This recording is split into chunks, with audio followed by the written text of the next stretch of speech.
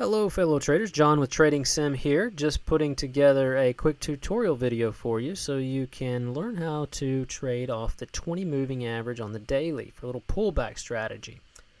To that end, let's jump over here on the left hand side of the simulator and start a new filter.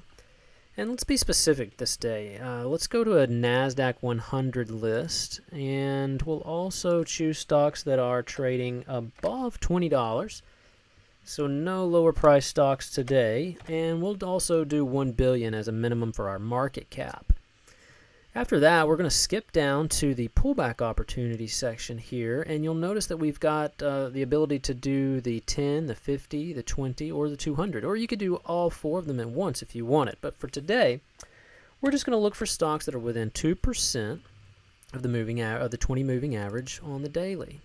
We'll order these by top volume and call this the 20 pullback strategy. Now our results are loaded, but notice that I've got the timer here all the way to midday. So let's pull that back to 9:30 a.m., just like the start of the morning. And what we see here is AMD. AMD putting in a decent little consolidation here, just sideways movement, which could be constructive for a long play. And we are hitting now, the 20 moving average is catching up on the daily, and it found support. Once we do our scan, we notice that in the pre-market, it is actually gapping up on pretty positive volume signature there. So this may be a decent little opportunity to day trade. And for the sake of time, let's just fast forward to about 12:30 this morning. And sure enough, that was a fantastic breakout opportunity just by searching for a pullback, a constructive pullback to the 20 moving average. Now, let's say you want to make sure that all of these stocks are in an uptrending environment. What we can do is edit our filter, come up to trending stocks, and just put a check by price, which is greater than the 20, which is greater than the 50, and the greater than the 200, which just means that they're all pretty much stacked on top of each other, telling us that the trend is going upward.